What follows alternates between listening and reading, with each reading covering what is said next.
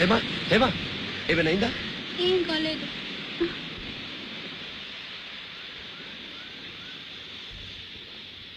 పద కృష్ణ వెళ్దాం.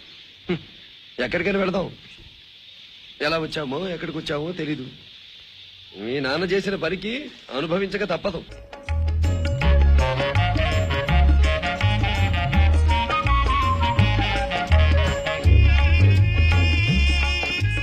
ఎవరబ్బా వీరు? వేషధారణ బహు విచిత్రముగా ఉన్నదే. వేరే గ్రహం నుంచి వచ్చినట్టున్నారు. రాజనర్తకి తన వెంట తీసుకొస్తోందంటే ప్రభువులు వారి బంధువులే.